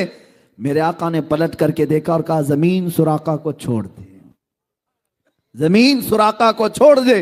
जमीन फिर फैल गई और सुराका के कदम वहां से निकल गए। एक तरफ अता ही अता है, ये है शान मुस्तफा। मेरे अजीजों, सुराका को तो अब जाना था, चला गया। थोड़ी दूर जाने के बाद तीसरी बार फिर नीयत खराब हुई। एक है मेरे मुस्तफा, आजादी पे आजादी देते हैं और दुश्मन फिर हमला पे हमला करना चाहता है। तीसरी मर्तबा आ गया कि आप किसी और रास्ते से आकर पकड़ लूं, 100 ऊंट कहां छोड़ूंगा। लालच। मेरे आका ने तीसरी मर्तबा देखा, फिर फरमाया, जमीन सुराका को पकड़ ले। जमीन फट गई, अब गर्दन तक चला गया। अब तीर और तरकश तोड़ दिया और कहा, अब सच्ची तौबा करता हूं, अब तो मुझे माफ कर दो। अब सुनो मेरे अजीजों, मेरे आका ने अब क्या किया, अब क्या किया। आप सिर्फ छोड़ा नहीं बल्कि देखा और कहा, सुराका तो पीछे से पीछे लगा हुआ है सिर्फ 100 ऊंट के लिए, 100 ऊंटों के इनाम के चक्कर में तू मुझे गिरफ्तार करने आया। लेकिन मैं तो देख रहा हूं तेरे हाथ में कैसर और किसरा बादशाह के कंगन आने वाले हैं। कैसर और किसरा बादशाह उस जमाने के सुपर पावर ताकतों का नाम था। जिस तरह आज अमेरिका और रशिया को कहते हैं या नहीं पता नहीं, लेकिन कहा जाता है उस जमाने में ईरान और रोम को सुपर पावर कैसर और किसरा कहा जाता था। और उन बादशाहों के यहां सोने के कंगन पहने जाते जो दुनिया के सबसे महंगे। और वो सुराका को मेरे आका फरमा रहे, मैं तेरे हाथों में कैसर और किसरा के कंगन देख रहा हूं। इतना सुनना था, उसने कहा, अशहदु अल्ला इलाहा इल्लल्लाह व अशहदु अन्नका मुहम्मदन रसूलुल्लाह। वो कलमा तैयबा पढ़ा। अब वो जो गिरफ्तार करने आया था दामने इस्लाम में आ गया। मेरे आका सल्लल्लाहु ताला अलैहि वसल्लम की बारगाह में अपनी जान निछावर करने को तैयार। अब वो सहाबी रसूल हैं, उनकी बारगाह में हम एक जुमला भी नहीं कह सकते। अजीजा ने गिरामी, यही शान मुस्तफ़ा मुझे अर्ज करनी है। कहीं लोग मारे जाते हैं या अगर किसी नबी को जलाल आया तो हिलाक कर दिए जाते हैं, मगर मेरे मुस्तफ़ा का जूदो सखा ऐसा है कि लोग अगर जान भी लेने आए, मेरे मुस्तफ़ा उन्हें माफ करके हमेशा अपनी गुलामी में कबूल फरमाते हैं। एक दो नहीं, वो उमर इब्ने खत्ताब जो तलवार लेकर मेरे आका की गर्दन मारने जा रहे थे, लेकिन करीब पहुंचने के बाद मेरे आका सल्लल्लाहु अलैहि वसल्लम की बारगाह में तलवार रखी और अपनी गर्दन भी रख दी और हमेशा के लिए मेरे आका के होकर रह गए। एक दो नहीं, हजरत खालिद बिन वलीद जो हुजूर के मुकाबले में जंगे उहद लड़े और वहां पर मुकाबला किया, अबू सुफियान कितनी जंगे लड़े, लेकिन आखिर में मेरे आका की गुलामी में आ ही गए, इसलिए कि चेहरा ही कुछ ऐसा था मेरे आका का, दुश्मन भी देखता तो कहता ये झूठे का चेहरा हो नहीं सकता। मेरे आका सल्लल्लाहु अलैहि वसल्लम की बारगाह में अब जो बात मैं कह रहा हूं, सिर्फ मेरे आका ने फरमाई नहीं दिया कैसर और किसरा के कंगन, हुजूर की वफात हुई, अबू बकर सिद्दीक की भी वफात हो गई, खिलाफत फारूकी आई, हजरत उमर का जमाना था। उस जमाने में इस्लामी फौजें ईरान पर चढ़ाई की और रोम पर भी हमला किया, कैसर और किसरा दोनों की हुकूमतें खत्म हुई और वहां से जो माले गनीमत था वो मदीना लाया गया, कैसर और किसरा के वो कंगन भी लाए गए। लेकिन आपको एक बात बता दूं, हजरत सुराका रदी अल्लाह ताला अन्हु एक बार हजरत उमर की खिलाफत के ज़माने में बहुत शदीद बीमार हुए, इतने शदीद बीमार हुए कि लोग आखिरी बार उनको देखने के लिए आने लगे कि अब इनकी वफात करीब है। जब लोग जमा हुए घर में, हजरत सुराका ने जलाल में कहा क्यों आ रहे हो तुम लोग, सब वापस जाओ, मैं मरने वाला नहीं हूं, तुम समझ रहे हो मैं मर जाऊंगा। लोगों ने कहा आपकी हालत बहुत नाजुक है, वफात करीब आ चुकी, आपकी ऐसा नज़ा का आलम लगता है। हजरत सुराका ने कहा खबरदार, मेरी मौत उस वक्त तक नहीं आ सकती जब तक मैं अपने हाथ में कैसर और किसरा के कंगन ना देख लूं, इसलिए कि किसी और ने नहीं कहा, मुस्तफ़ा जाने रहमत ने फरमाया।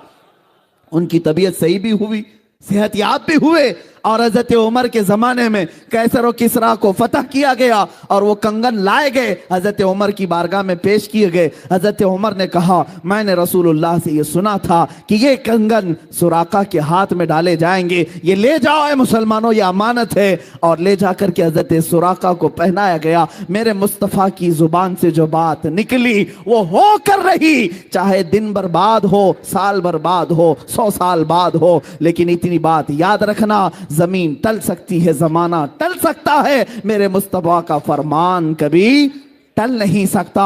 हजरत सुराका को कंगन मिलने के बाद फिर उनकी वफात भी हुई। अजीजा ने गिरामी वकार, मैं गुफ्तगू तवील न करते हुए अपनी गुफ्तगू को समेटता हूँ। शान मुस्तफ़ा सल्लल्लाहु ताला अलैहि वसल्लम ये है कि उनका खुदा खुद बयान करे, और मेरे आका सल्लल्लाहु ताला अलैहि वसल्लम की दुनिया में शान ये थी, लोगों ने हातिम ताई की सखावत बयान की। हातिम ताई के कई दरवाजे थे, जिस दरवाजे से आदमी जाता उसे हातिम ताई दे देता था, नवाजता था, लेकिन लोगों ने कहा रसूल पाक की बारगाह में जब कभी कोई आता तो एक ही दरवाजा था। लोगों ने यह कहा इधर एक दरवाजा और हातिम ताई के 7 दरवाजे। किसी आशिक ने क्या खूब जवाब दिया, ऐसा कैसा हो सकता, सखी हैं, हातिम ताई से बड़े सखी हैं, उसके तो 7 दरवाजे थे, इनका तो एक दरवाजा था। आशिक रसूल ने कहा मियां हातिम ताई के 7 दरवाजे इसलिए थे कि एक दरवाजे से पेट नहीं भरता साइल का, दूसरे दरवाजे पर जाता, दूसरे में पेट नहीं भरता, तीसरे पर जाता, तीसरे में पेट नहीं भरता, चौथे में जाता। वो 7 दरवाजों के चक्कर इसीलिए लगाता कि एक दरवाजे पर पेट नहीं भरता। मेरे मुस्तफा का एक ही दरवाजा ऐसा है, इतना दिया जाता है कि अब साइल के पास दामन भी तंग होता है। मेरे करीम से अगर कतरा किसी ने मांगा, दरिया बहा दिए हैं, दुर्बे बहा दिए हैं। इसमें एक बात मैं अर्ज कर दूं, बड़ी लगती हुई बात है, मीलाद करीब आ रहा है, हम सब के लिए इलाज भी है, दवा भी है। मैं तकरीबन हर मीलाद में इस हिकायत को बयान करता हूँ। सआदतुद्दारैन में मौजूद ये हिकायत ईमान अफरोज है। एक गरीब आदमी, मुफलिस आदमी, कर्ज में डूबा हुआ, परेशान हाल, कई लोगों के कर्जे लिया हुआ आदमी था, और उसके जो कर्जदार थे उन्होंने पैसे मांगे, जब वो दे नहीं सका तो काजी इस्लाम जो उस वक्त थे उनके पास मुकदमा कर दिया कि ये हमारे पैसे लेता है, खा जाता है, देता नहीं। काजी ने बुलाया और कहा क्यों नहीं देता? कहा गरीब आदमी हूं, पैसे नहीं है। कहा ये बहाना नहीं चलेगा, इन लोगों के जो तूने कर्जे लिए, कर्ज में डूबे हुए लोग जो आत्महत्या करते हैं, खुदकुशी करते हैं, सुन लो, बुज़दिल ना बनो, जान तुम्हारी बड़ी कीमती है। कर्ज में अगर आज डूबे हो, मियां अंधेरा आने के बाद उजाला भी रब्बे जुलजलाल ही लाता है। जिंदगी में अगर अंधेरा आया तो डरना नहीं, कल की सुबह होने वाली है, सूरज तो निकलेगा। अब वो कर्जदार को काजी ने कहा 3 दिन का टाइम देता हूं, अगर इनका कर्जा दे दिया तो ठीक है, वरना तुझे जेल में डाल दूंगा, जेल में भेज दूंगा। छोटे छोटे बच्चे थे, बीवी थी, रोता हुआ बाहर निकला। एक बुजुर्ग से मुलाकात हुई, पूछा क्या बात, बताया ऐसा ऐसा मामला है, कर्ज में परेशान हूं। उस बुजुर्ग ने कहा कोई बात नहीं, दुनिया में तुझे अगर तकलीफ हुई है तो एक काम कर, रात को जा, नमाज ईशा के बाद किसी एक अंधेरी कोठरी में बैठकर कसरत से मेरे आका पर दुरूद भेज, हुजूर को याद कर और अपने गम की दास्तान हुजूर को ही सुना। उनका दरबार आज भी खुला है। उसने इस बात में हिम्मत महसूस की और घर आया। रात का वक्त जैसी हुआ, नमाज ईशा के बाद कमरा बंद करके एक अंधेरी कोठरी में रोने लग गया। और जब किसी पर गम आ जाता है तो बेइख्तियार आंसू भी निकलते। दर्द इस तरह का था कि कोई चीज उसके पास नहीं थी, बीवी बच्चों को पाले कैसे और कर्जा अदा कैसे करे। रोता रोता दुरूद तो पड़ता रहा, और जब काफी रात हो गई, आंख लग गई, वहीं गिर गया, बिस्तर पर लंबा हो गया। और मेरे अजीजों, यही वो रात थी जब ख्वाब में ताजदारे मदीना तशरीफ लाए, मेरे आका सल्लल्लाहु अलैहि वसल्लम तशरीफ लाए। अल्लाह अल्लाह, वो आफताबे रिसालत, चमकता हुआ चेहरा, गुलाब की पंखड़ियों वाले लब, जब मेरे आका तशरीफ लाए ये खिल गया और ख्वाब में ही मेरे आका के कदमों में गिरा। मेरे आका सल्लल्लाहु अलैहि वसल्लम ने क्या फरमाया, ए मेरे गुलाम, क्या तूने मुझे याद किया, क्या तूने मुझे पुकारा। एक बात हमने बुजुर्गों से सुना है, मोहम्मद को हम गम गुसारों में ढूंढो, मोहम्मद को हम बेकरारों में ढूंढो। रसूल पाक सल्लल्लाहु ताला अलैहि वसल्लम जब किसी का दिल टूट जाए उसके हाथ तशरीफ लाते हैं। अब उस गरीब ने रोना शुरू किया, आका मेरे हाल सब आप पर आया हैं, आप जानते हैं मैं मुफलिस आदमी, गरीब आदमी, तंगदस्त आदमी। ये हुजूर की वफात के 400 साल बाद का वाकया है, हुजूर की वफात के 400 साल बाद का वाकया। रोने लगा, कहा कि मैं कर्ज से परेशान हूं, काजी ने मुझे कोर्ट में बुला करके कहा 3 दिन में अगर कर्जा नहीं देगा तो जेल में डाल दूंगा, मेरे बच्चों का क्या होगा, मेरी बीवी का क्या होगा। रसूल पाक सल्लल्लाहु ताला अलैहि वसल्लम साहिब अता हैं, वो किसी को मायूस नहीं करते। इरशाद फरमाया, एक काम कर, कल सुबह उठने के बाद शहर में चले जाना, शहर में बादशाह का एक वजीर है, उसका फला नाम है, वो मेरा बड़ा आशिक है, मेरा बड़ा आशिक है, उसके पास जा करके कह देना कि तुझे रसूलुल्लाह ने भेजा और जितने माल की जरूरत है उससे ले लेना। ख्वाब में मेरे आका ने फरमाया। अब उस गरीब ने, उस मुफलिस आदमी ने ये पूछा, या रसूल अल्लाह, बादशाह के वजीर का दरबार बड़ा, लोग बड़े आते हैं, अगर मैं जाऊं, पहली तो मेरी कोई हैसियत नहीं, मैं गरीब फकीर आदमी, और कह दूं कि रसूलुल्लाह ने भेजा, वो अगर पूछेगा सबूत तो मैं क्या सबूत दूं, कोई प्रूफ, क्या मैं प्रूफ दूं। सुनिए मेरे अजीजों, अल्लाह के नबी ने फरमाया, अगर वो तुझसे सवाल कर ले तो इतना कह देना, उसके और मेरे बीच में एक राज की बात है जो कोई नहीं जानता। हुजूर ने राज की बात बयान की, जो वजीर है उसका एक राज है जो मैं तुझे बताता हूं, उसने आज तक अपनी बीवी को नहीं बताया। वो रोजाना रात को सोने के बाद सूरज निकलने से पहले पहले तक 1000 बार मुझ पर दुरूद भेजता है, हर रात को छुप करके 1000 बार दुरूद भेजता है। लेकिन उसके पास जाना तो यह कहना कि ऐ वजीर, कल की रात तूने दुरूद पढ़ना भूल गया और सो गया गफलत में, कल की रात तूने दुरूद नहीं पढ़ा। जाकर के इतनी बात कह के मेरे आका ने फरमाया, अब ये गरीब आदमी वजीर के दरबार में आया और आने के बाद कहा कि मैं आपसे अपनी हाजत लेकर के आया हूं, मुझे रसूलुल्लाह ने भेजा है। वजीर ने कहा कि मियां, आज लोग बड़ी बात करने लग गए, मांगना भी है तो सही से नहीं मांगते, ऐसी बात करते हैं, हुजूर ने भेजा, कैसे तू कहता है। उस फकीर ने कहा, बड़े उसको यकीन था, उसने कहा, हाँ मुझे नबी अकरम सल्लल्लाहु अलैहि वसल्लम ने यह भी बताया, रोजाना सूरज निकलने से पहले पहले तू 1000 बार दुरूद पढ़ता है और कल की रात भूल गया और गफलत में सो गया।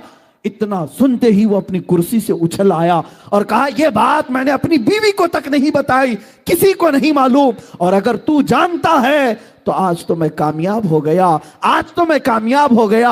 अब मुझे यकीन हुआ कि मेरा दुरूद हुजूर तक पहुंच भी रहा था, मेरे आका सुन भी रहे थे। ऐ आने वाले बता तुझे क्या चाहिए? उसने कहा मेरी ये हाजत है। उस वजीर ने कहा एक दो नहीं, मेरा पूरा खजाना तेरे लिए है। आज तूने जो बशारत लाई है, आज जो खुशखबरी लाई है, वो मेरी जिंदगी की मेराज है। जिस मुस्तफ़ा के लिए मैं रात रात भर बैठ करके दुरूद पढ़ता था, एक गरीब ने मेरे मुस्तफ़ा की बशारत मेरे घर तक लाई है। अजीजा ने गिरामी वक़ार, वो खुश होकर बहुत सारे माल से उसे नवाजा। सुनो, अभी वाकया खत्म नहीं हुआ, असल बात तो यहां शुरू होती है। अब वो लेकर के आया, 2 दिन भी नहीं गुजरे थे, काजी इस्लाम के पास आया और काजी साहब से कहा उन कर्जदारों को बुलाओ जो मुझे बार बार कर्ज का तकाजा करते हैं, माल का तकाजा करते हैं। उन्हें बुलाया गया। काजी इस्लाम अदालत की कुर्सी पर बैठे और उसके बाद इस मुफलिस और गरीब ने कहा आज जिसका जितना कर्ज है सब देने को तैयार हूं, माल भी मेरे पास है, पैसा मेरे पास है, सब दे दूंगा।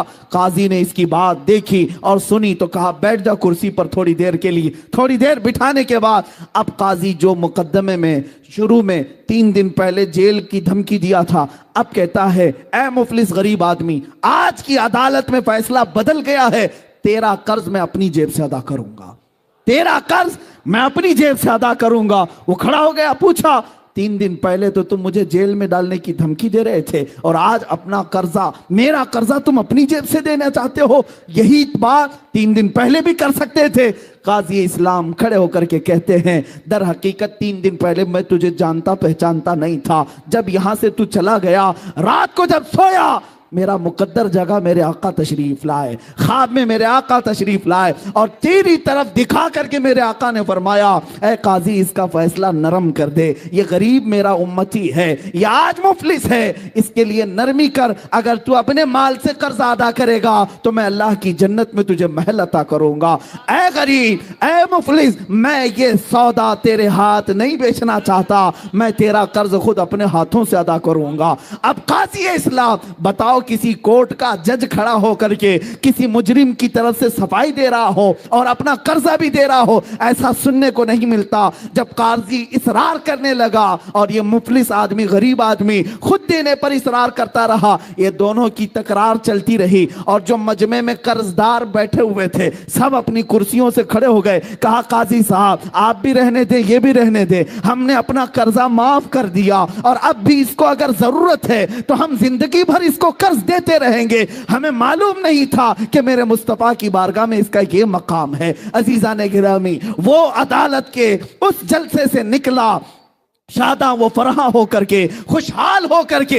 इसी वाक़े की तरफ मैं इशारा करते हुए अर्ज करता हूं, वही तो दरबार है, वही ताजदार मदीना है जिनकी सखावत का आलम यह है मेरे करीम से घर कतरा किसी ने मांगा, दरिया बहा दिए हैं, दुर्बे बहा दिए हैं, वाह क्या जूदो करम है, शहे बता तेरा नहीं सुनता ही नहीं, मांगने वाला तेरा।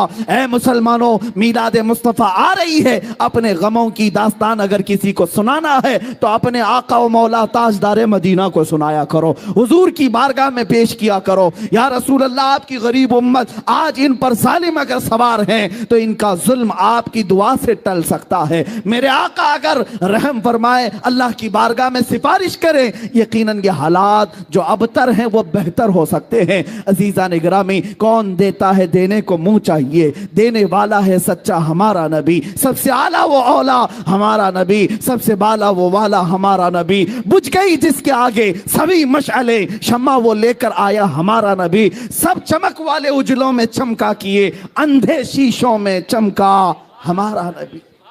ये शान मुस्तफ़ा है। अजीज़ा ने गिरामी वक़ार, ये कायनात में मुसलमानों के लिए आज भी वो दरवाज़ा खुला है। हम क्यों दर बदर की ठोकरें खाएं, इधर उधर जाएं और अपने गमों की दास्तान कभी इसको सुनाया, कभी उस मालदार को सुनाया और जलीलो खार होकर के निकलते रहे। एक दरबार मेरे आका का ऐसा है जहां चोर भी छुपता है, मेरे आका उस पर दामन रहमत डाल देते हैं। ढूंढा ही करे सदरे क़यामत के सिपाही, वो किसको मिले जो तेरे दामन में छुपा हो। आता है फकीरों पे उन्हें प्यार कुछ ऐसा, खुद भीख दें और खुद कहें मंगते का भला हो। अज़ीज़ान गिरामी वक़ार, रसूल पाक सल्लल्लाहु ताला अलैहि वसल्लम की ये शान पाक कभी ख़त्म नहीं होगी, बयान नामुकम्मल ही रहेगा। इसलिए कि जिन सब के कलम टूट गए और यहाँ पर सफ़हे इसके सफ़हे सियाह हो गए, मगर शान रिसालत बयान ना हो सकी। आपको मैं शोराए बारगाह रिसालत की बात अर्ज करूँ, मेरे आका की शान में कभी हस्सान बिन साबित यूँ कहते थे, वह अहसनु मिन कलम तरक़त्तु आइनी व अजमलु मिन कलम तलिदिन निसाओ, आपसे ज्यादा हसीन या रसूल अल्लाह मेरी आंख ने देखा ही नहीं। ये सहाबी रसूल कह रहे हैं, कोई सिर्फ बरेली वाला नहीं, सहाबी रसूल कह रहे हैं आपसे ज्यादा हसीन मेरी आंख ने देखा नहीं या रसूल अल्लाह। हकीकत तो ये है आपसे ज्यादा खूबसूरत किसी माँ ने आज तक जना ही नहीं, यह हस्सान बिन साबित कह रहे थे। और इमाम शरफुद्दीन बूसीरी अस्कंदरिया की सरजमीन से यूं कहते हैं, हुवल हबीबुल्लज़ी तुरजा शफाअतुहु लिकुल्लि हौलिन मिनल अहवालि मुक्तहिमी, या रब्बी बिल मुस्तफा बल्लिग मकासिदना वग़फिर लना मा मदा या वासिअल करमी। कभी किसी शिराजी ने ईरान की सरजमीन से पुकारा, ला युमकिनु सनाउ कमा कान हक़्क़ुहु बादस खुदा बुजुर्ग तुई किस्सा मुख्तसर। और सादी शिराजी ने कहा, बलगल उला बि कमालिही कशफत दुजा बि जमालिही हसनत जमीउ खिसालिही सल्लू अलैहि व आलिही। और फारसी के मशहूर शायर आशिक रसूल अल्लामा जामी कहते हैं, तनम फरसूदा जां पारा ज़े हिजरा या रसूल अल्लाह, तनम फरसूदा जा पारा जे हिजरा या रसूल अल्लाह, दिलम पज मुर्दा आवारा जे इसिया या रसूल अल्लाह, चुबाजुए शफाअत रा कुशाई बरगुनहगारा मकुन महरूम जामीरा दरा आ या रसूल अल्लाह। शायरों ने अपनी अपनी बिसात के मुताबिक अर्ज किया। अब आओ वो शायर मशरिक कलंदर लाहौरी भी जब पुकारता है, इकबाल अपनी जुबान में यूं कहता है, बारगाह मुस्तफ़ा की शान बयान करते हुए, मोहम्मद की मोहब्बत दीन हक की शर्त है, इसी में हो अगर खामी तो सब कुछ नामुकम्मल है। कि मोहम्मद से वफा तूने तो हम तेरे हैं, ये जहां चीज है क्या लौहो कलम तेरे हैं। कुव्वते इश्क से हर पस्त को बाला कर दे,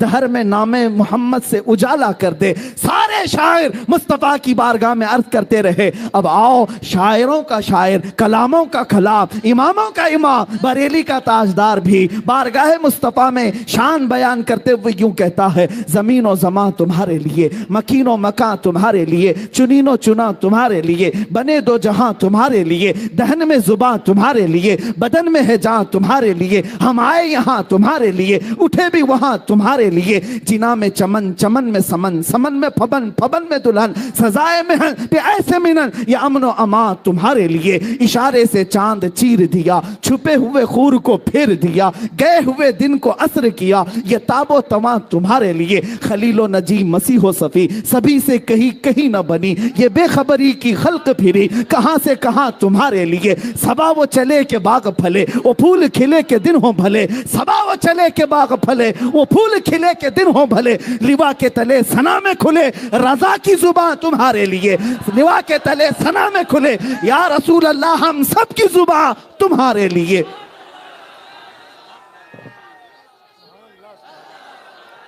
बारगाह मुस्तफ़ा सल्लल्लाहु ताला अलैहि वसल्लम में इतनी ही बात नहीं, शान मुस्तफ़ा बयान करते हुए आशिक रसूल कहता है, दुनिया वाले जो भौंकते हैं भौंकने दो, मेरे मुस्तफ़ा की शान न कभी कम हुई न कभी कम होगी। कोई कुत्ता खारिश ज़दा अगर मेरे मुस्तफ़ा की शान में भौंकता है, अनकरीब वो खुजली उसे लेकर के मरेगी। तू घटाए से किसी के न घटा है न घटेगा या रसूल अल्लाह, जब बढ़ाए तुझे अल्लाह ताला तेरा, मिट गए मिटते हैं आदा तेरे, न मिटा है न मिटेगा कभी चर्चा तेरा। या रसूल अल्लाह रहेगा यूं ही उनका चर्चा रहेगा, पड़े खाक हो जाएं जल जाने वाले। या रसूल अल्लाह अगर कोई कहता है खबीसुन नफ्स मरदूद जमाना, पाखंडी वक्त मेरे मुस्तफ़ा की शान में अपनी दरीदा जहनी कहता है, तो उसके कहने से मेरे मुस्तफ़ा की शान में एक नुक्ता भी ऐब का नहीं आ सकता।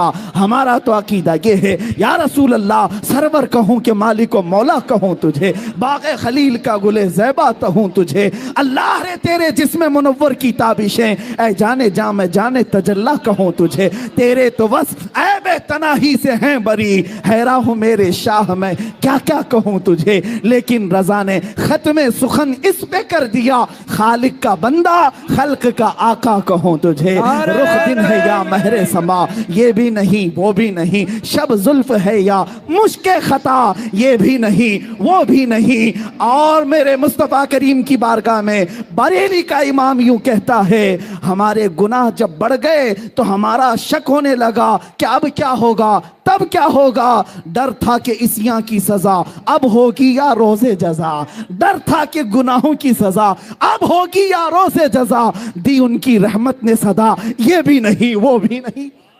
ये शान मुस्तफ़ा है। मेरे आका सल्लल्लाहु ताला अलैहि वसल्लम की बारगाह में शायरों ने अपने अपने अंदाज में कहा होगा, लेकिन आशिकों की बात ही कुछ और होती है। गुस्ताखों को छोड़ें, वो अपने खुजली में मरने वाले हैं। अनकरीब देखोगे अल्लाह उनको कैसे अजाब में गिरफ्तार करेगा, वो आज भी दुनिया देख रही है। किसी अभी शायर ने नाम लिया था, मैंने तौबा किया इस मुकद्दस और पाकीज़ा मिंबर पर उस खबीस मरदूद नफ्स का कभी नाम तक ना लिया जाए, कभी नाम ना लिया जाए, जिसकी माँ ने हलाल तरीके से पैदा ना किया हो। मिंबर रसूल पर उसका जिक्र कोई माना नहीं रखता, कोई माना नहीं रखता।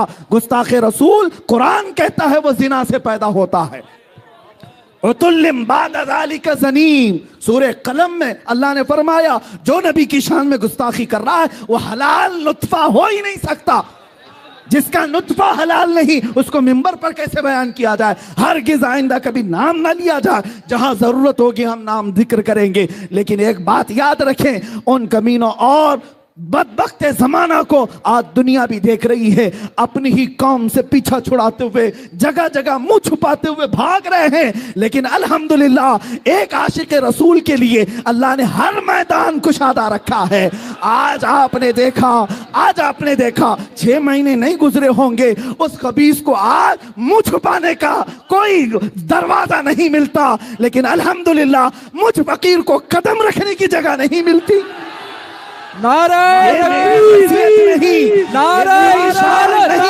ये मेरा मकाम नहीं, बात सिर्फ इतनी है जो मेरे नबी की शान बयान करेगा, मुस्तफा का नाम लेगा, मौला उसे चांद से ज्यादा बुलंद भी करेगा।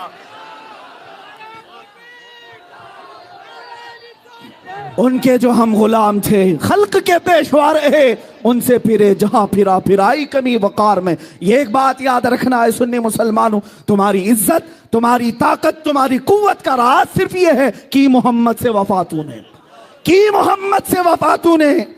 तो हम तेरे मौला फरमाता है, उसकी तर्जुमानी ये इकबाल कहता है, ये जहां चीज है क्या लौह कलम तेरे है। तुम कौन से तख्त की बात करते हो, तुम्हें भीख मांगने की भी जरूरत नहीं आएगी, किसी इलेक्शन में वोट मांगने की भी जरूरत नहीं पेश आएगी। आपने देखा एक अताए रसूल मदीने से चल करके अजमेर की धरती पर आया, आशिक रसूल ही तो था, आशिक रसूल, अताए रसूल, आले रसूल आया, किसी से इलेक्शन में वोट नहीं मांगा। 800 साल हो गए, कुर्सी अभी भी कायम है, आज भी हुकूमत कायम है। ये हुकूमत ये इस तरह से जुल्म से हासिल की हुई नहीं होती, ये अल्लाह रब्बुल इज्जत की तरफ से वफादारी रसूल में दी जाती है। एक बात याद रखना, मेरा ये जुमला सुन करके जाएं। बाज लोग ये कहते हैं मारे जाओगे मौलाना, बहुत सख्त बोलते हो, मारे जाएंगे, काटे जाएंगे, पकड़े जाएंगे, जेल में बंद कर दिए जाएंगे, सब कर लो। मैं ये कहता हूं किसी आशिक रसूल को तुम मार तो सकते हो, मुर्दा कभी नहीं कर सकते। नारे तकबीर, नारा रिसालत, लब्बैक लब्बैक लब्बैक या रसूल अल्लाह, लब्बैक लब्बैक लब्बैक या रसूल अल्लाह, लब्बैक लब्बैक लब्बैक या रसूल अल्लाह, लब्बैक लब्बैक लब्बैक या रसूल अल्लाह, लब्बैक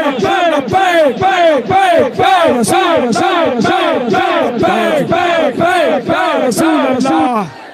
यही जज्बा अल्लाह जवान रखे।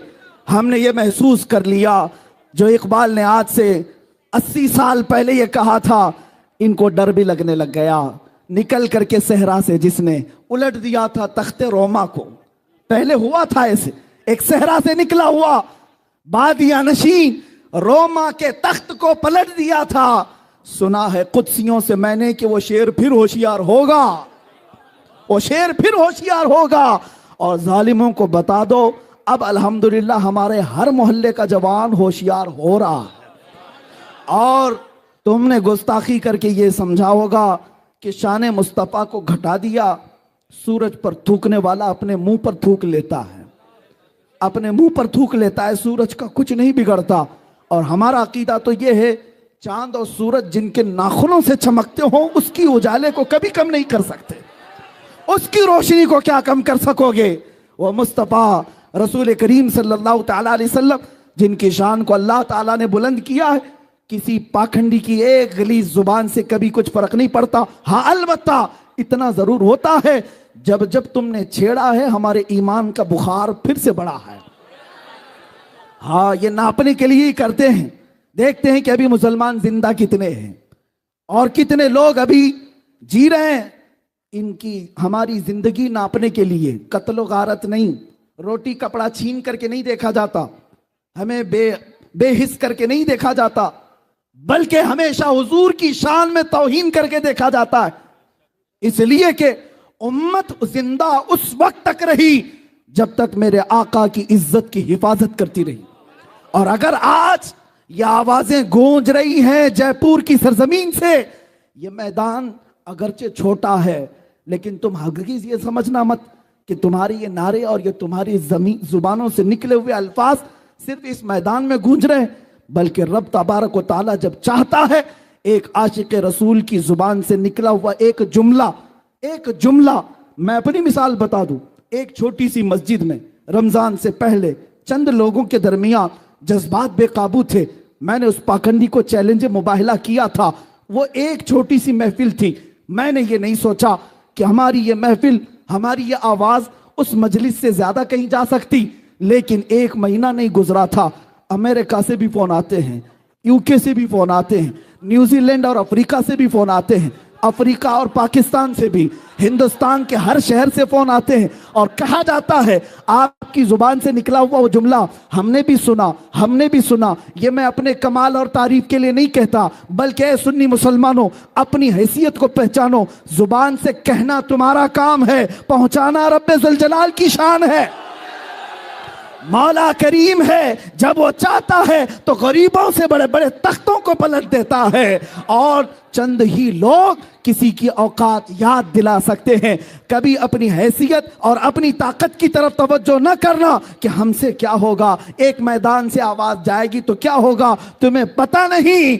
कुफ्र दम तोड़ देगा टूटी हुई शमशीर के साथ, टूटी हुई शमशीर के साथ। बात समझे, कुफ्र दम तोड़ देगा टूटी हुई शमशीर के साथ। गर तुम निकल आओ नारे तकबीर के साथ। नारे तकबीर, नारे रिसालत, या रसूल अल्लाह, नारे रिसालत, या रसूल अल्लाह। किसी की जय विजय क्यों पुकारे, क्या गरज हमको, किसी की जय विजय क्यों पुकारे, क्या गरज हमको। हमें काफी है सैयद अपना नारा, हमें काफी है सैयद अपना नारा, या रसूल अल्लाह। नारे रिसालत, या रसूल अल्लाह, नारे रिसालत, या रसूल अल्लाह, नारे रिसालत, या रसूल अल्लाह। हश्र तक डालेंगे हम पैदाइश मौला की धूम, मिस्ल फारस नजद के किले गिराते जाएंगे। खाक हो जाएं अदू जलकर मगर हम तो रजा, दम में जब तक दम है जिक्र उनका सुनाते जाएंगे।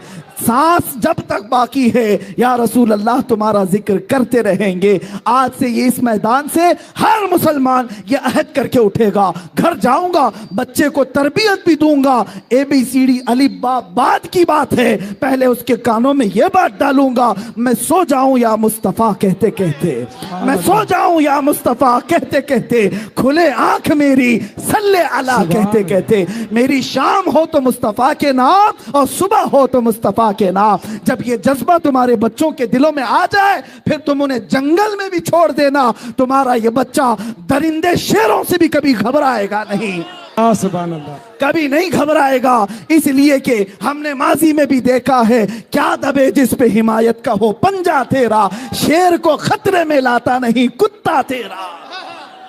रसूलुल्लाह के दरबार का अदना कुत्ता भी हो वो पूरी दुनिया के शेरों को भी खातिर में नहीं लाता, कभी परवाह नहीं करता, इसलिए कि उसे अपनी ताकत पर नाज नहीं होता, अपनी निस्बत पर उसे फख्र हुआ करता है। आज है मुसलमानों, तुम्हारे पास अगर सियासत नहीं, ताकत नहीं, तख्त नहीं, दौलत नहीं, कुछ नहीं, तो कोई फिक्र की बात नहीं। एक दौलत ऐसी है जिसकी कोई कीमत लगा नहीं सकता, वो दौलत है इश्क मुस्तफा की, रसूलुल्लाह की गुलामी की। यही तो सहाबा कहते थे, उनके पैबंद लगे कपड़े थे, पैरों में चप्पल नहीं थी, अमामा नहीं पहन सकते थे, टूटी हुई तलवारें होती थी, लेकिन बादशाहों की तरफ से बोलियां लगती थी, ऐ जवान तू हमारी सफ में आ जा, तू मोहम्मद के यहाँ फाका कशी करता है, तुझे एक खजूर पर पूरा दिन गुजारना पड़ता है, इधर आ जा, इधर आ जा। बड़ी बड़ी सल्तनतों ने बोलियां लगाई, मगर उन सहाबा ने जो नारा लगाया था वो ये था, ऐ दादानो तुम्हें पता नहीं, जब तक बिके न थे तो कोई पूछता न था, जब तक बिके न थे तो कोई पूछता न था, या रसूल अल्लाह तुमने खरीद कर हमें अनमोल कर दिया। ऐ सुन्नी मुसलमानों, तुम अनमोल हो, तुम्हारी कीमत बड़ी है, तुम्हारी कीमत क्या तुम्हारी जूतियों को भी कोई खरीदने की ताकत नहीं रखना चाहिए। एक आशिक रसूल और गुलाम रसूल का ये मकाम हो। अल्लाह ताला इन जज्बों को सदा सलामत रखे और मीलाद मुस्तफ़ा की बरकतें अल्लाह ताला आखिरी सांस तक हमारे सीनों पर कायम रखे। व आखिर दावाना अनिल हम्दुलिल्लाहि रब्बिल आलमीन।